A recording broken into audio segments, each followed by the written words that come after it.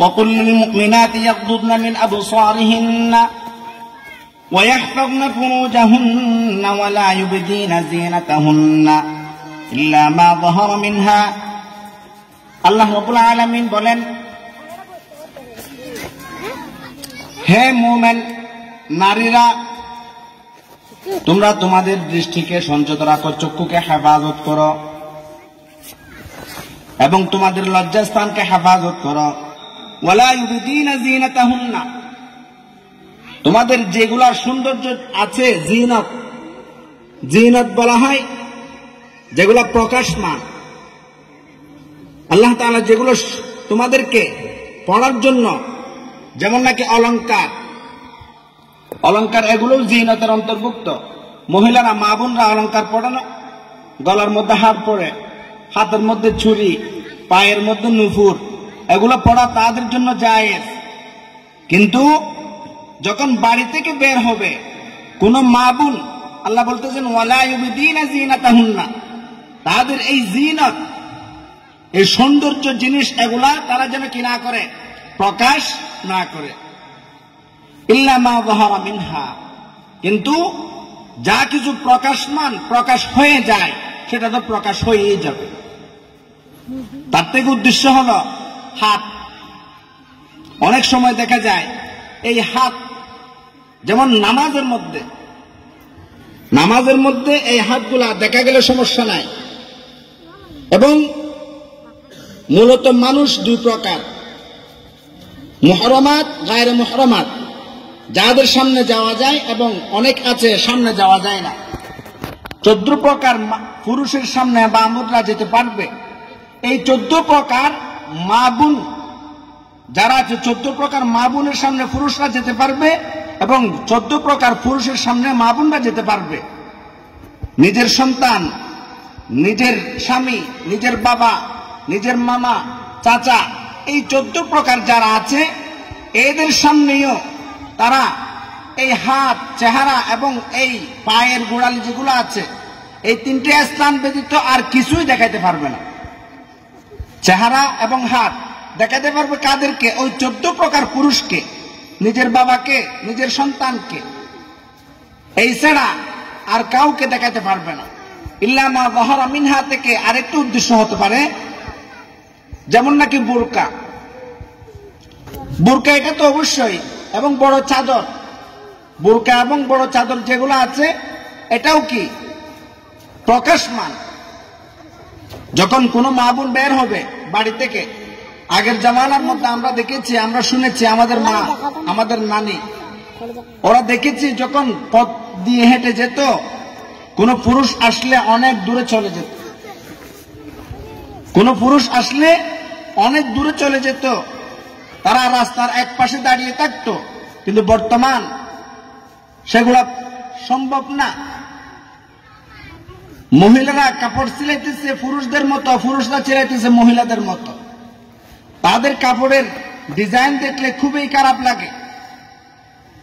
আল্লাহ বলতেছেন ইল্লা মা যাহারা মিনহা ওয়ালয়াযিবনা বিখুমুরিহিন্না আলা জুয়ুবিহিন্না, এবং তারা যেন তাদের চাদরকে তাদের সিনার উপরে রাখে, মাথা থেকে নিয়ে সিনা পর্যন্ত যেন ঢেকে দেয়, মাথা থেকে নিয়ে সিনা পর্যন্ত। এখানে চেহারাও অন্তর্ভুক্ত। এক সময় আম্মা জান আয়েশা সিদ্দিকা রাদিয়াল্লাহু তাআলা আনহা রাসূলুল্লাহ সাল্লাল্লাহু আলাইহি ওয়াসাল্লামের সাথে এক যুদ্ধের মধ্যে গিয়েছিল। আসার সময় হযরত আম্মা জান আয়েশা সিদ্দিকা রাদিয়াল্লাহু তাআলা আনহা ওই ইফকের ঘটনা, উনি ইস্তিনজা সারতে গিয়েছিলেন, উনাকে যে গাড়ি নিয়ে আসতেছে, ঘোড়ার গাড়ি, উনি এমন পাতলা ছিলেন, ওই গাড়ির উপরে, ঘোড়ার গাড়ির উপরে হযরত আম্মা জান আয়েশা সিদ্দিকা রাদিয়াল্লাহু তাআলা আনহা ছিল নাকি ছিল না এটা বোঝা যাচ্ছে না। সমস্ত সাহাবা একরাম তারা চলে আসতেছে, ওই গাড়ি সহ চলে আসতেছে। এদিকে আম্মা জান আয়েশা সিদ্দিকা রাদিয়াল্লাহু তাআলা আনহা উনি ইস্তিনজা সারতে গিয়ে এসে দেখতেছে সবাই চলে গেছে, উনি রাস্তার এক পাশে বসে আছেন।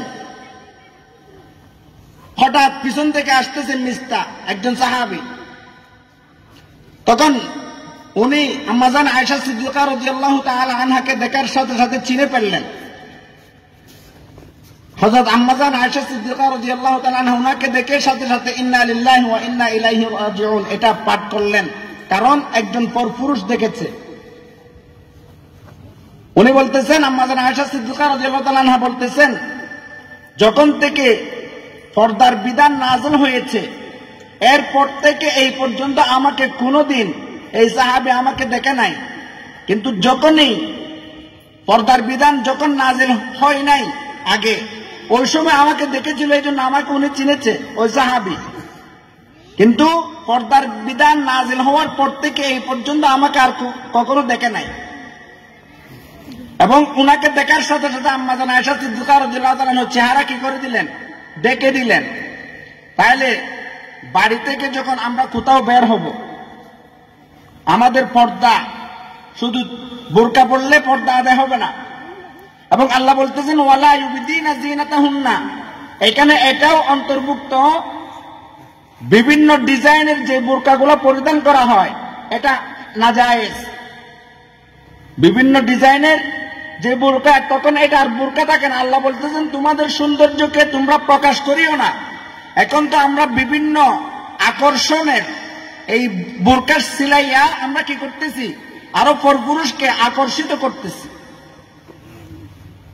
এবং ওই ওয়ালা ইউবদিনা যিনাতাহুন্না এই তাফসীর আছে, মা বোনরা কাপড় চোপড় ধৌত করবে গোসল করার পরে, কাপড় ধুই, সেই কাপড়গুলা আমরা যখন শুকাইতে দেব, বাড়ির ভিতরে দেব, এমন জায়গায় কাপড় না শুকাবো যে জায়গায় পরপুরুষ দেখে। কোন পরপুরুষ দেখে এমন জায়গায় আমার কোন মা বোন যেন কি না করে, কাপড় না শুকায়। কারণ ওই কাপড়টা যখন কোন পরপুরুষ দেখবে, সে কল্পনা করবে দেখো কি সুন্দর কাপড়, না জানি কত সুন্দর মহিলা এই কাপড়টা পরেছে। কল্পনা আসবে নাকি আসবে না? অবশ্যই আসবে। এই জন্য পর্দা, আমাদের দেশের মধ্যে এখন পর্দার বিধান নাই। এই জন্য কি দেশের মধ্যে এত উচ্ছৃঙ্খলা। একসময় বনের মধ্যে বাঘ এবং ছাগল কি করতেছে, তারা এক জঙ্গলের মধ্যে থাকে।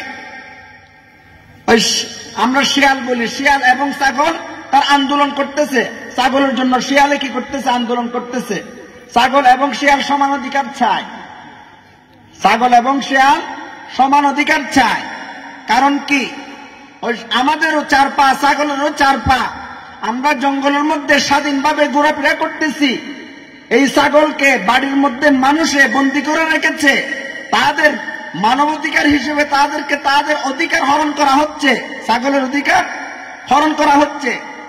তাদের জন্য আমাদের অন্তর জ্বলতেছে। এই জন্য আমরা আন্দোলন করতেছি, বাঘের কাছে গিয়ে আন্দোলন করতেছে। বাঘ মহারাজ, আপনি এই জঙ্গলের প্রধানমন্ত্রী, আপনি বিচার করুন। মানুষে আমাদের ভাই ছাগলকে কি করতেছে, আমাদের মতো 2 পা 4 পা বিশিষ্ট, তাদেরকে কি করতেছে, বন্দী করে রেখেছে। এখন বিচারের মধ্যে বসার পরে সিদ্ধান্ত হলো ছাগল আর কি করা যাবে না, বাড়ির মধ্যে বন্দী করে রাখা যাবে না। এরপর ছাগল এবং ওই শিয়াল একসাথে কি করতেছে, জঙ্গলের মধ্যে চড়তেছে। হঠাৎ একদিন একটা ছাগল পিছনে পড়ে গেছে। হঠাৎ একদিন একটা ছাগল পিছনে পড়ে গেছে। তখন ওই শিয়ালের যে একটা গ্রুপ আছে, তারা সবাই ওই ছাগলকে ধরে খেয়ে ফেলেছে।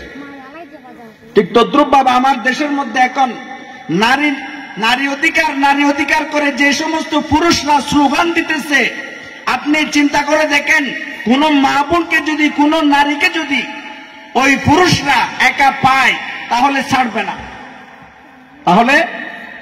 না। তারা আন্দোলন করতেছে শুধুমাত্র ওই মা বোনদের ইজ্জত হরণ করার জন্য, ইজ্জতের অধিকার দেওয়ার জন্য নয়। আমাদেরও মা বোন আছে, অনেকে বলে পাশে বসলে সমস্যা কি। একসময় আমি বাড়িতে যেতেছি, টিকিট কাটতে গেলাম, দিল আমাকে সিট গাড়ির পাশে। ওই গাড়ির মধ্যে একটা মহিলার পাশে সিট। আমি তো জানি না কোথায় দিছে, উঠে দেখতেছি পাশে মহিলা বসা। তো ওনাকে ডাক দিলাম, কন্ডাক্টর যিনি আছে তাকে ডাক দিলাম, ভাই সিটটা চেঞ্জ করে দেন। বলছে মা বোন কি হুজুর আপনার নাই? বলছে আমার মা বোন আছে তো, কিন্তু উনি তো আমার মা এবং বোন না, আমার স্ত্রীও আছে, আর উনি তো আমার স্ত্রী না যে ওনার পাশে বসবো আমি। মা বোন যেরকম আমার আছে, আমার স্ত্রীও আছে, তাহলে তো নাউজুবিল্লাহ আমার স্ত্রীকেও আমার মা বোনের মর্যাদা দিতে হবে। মা বোন এক জিনিস, স্ত্রী আরেক জিনিস, পর মহিলা আরেক জিনিস। আল্লাহ রাব্বুল আলামিন সব কিছুকে আলাদা আলাদা সৃষ্টি করেছেন, প্রত্যেকের অধিকার আল্লাহ রাব্বুল আলামিন আলাদা আলাদা দিয়েছেন। আল্লাহ তাআলা এই আয়াতের মধ্যে বলতেছেন, তোমাদের এই 14 প্রকারের পুরুষ যারা, তাদের সামনেও কোন মহিলা যেতে শুধুমাত্র চেহারা খোলা রাখতে পারবে, শুধুমাত্র তাদের হাত যেগুলো ধরা হয়, যেটা হাত আছে ওইগুলা সে কি করতে পারবে, দেখাইতে পারবে, এইগুলো ব্যতীত আর কোনো কিছু কি করতে পারবে না সে। মা বাবার সামনেও, শুধু বাবা না, আল্লাহ তাআলা বলতেছেন এরপরে মহিলাদের সামনেও তারা পেট এবং পিঠ এগুলা খোলা রেখে যেতে পারবে না। সাধারণ মহিলা এখন তো মাথার চুল কোথায়, কাপড় কোথায়, আমাদের কোনো খবর থাকে না। স্কুলে যেতেছি, মাদ্রাসায় যেতেছি, কলেজে যেতেছি, আমাকে যে আল্লাহ রাব্বুল আলামিন এত সম্মান দিয়েছেন সেই খবরটুকু আমার নেই। যে জিনিসের যত মূল্যায়ন, স্বর্ণ আপনারা রাখেন কোথায়? স্বর্ণ কি মাঠের মধ্যে ফেলে রাখেন নাকি রুমের ভিতরে, আলমারির ভিতরে, একেবারে ড্রয়িং রুমে না, একেবারে ভিতরে আন্ডারগ্রাউন্ড যেটা আছে ওইখানে, একেবারে যেখানে চুর যেতে পারবে না, খুব যত্ন সহকারে রাখেন।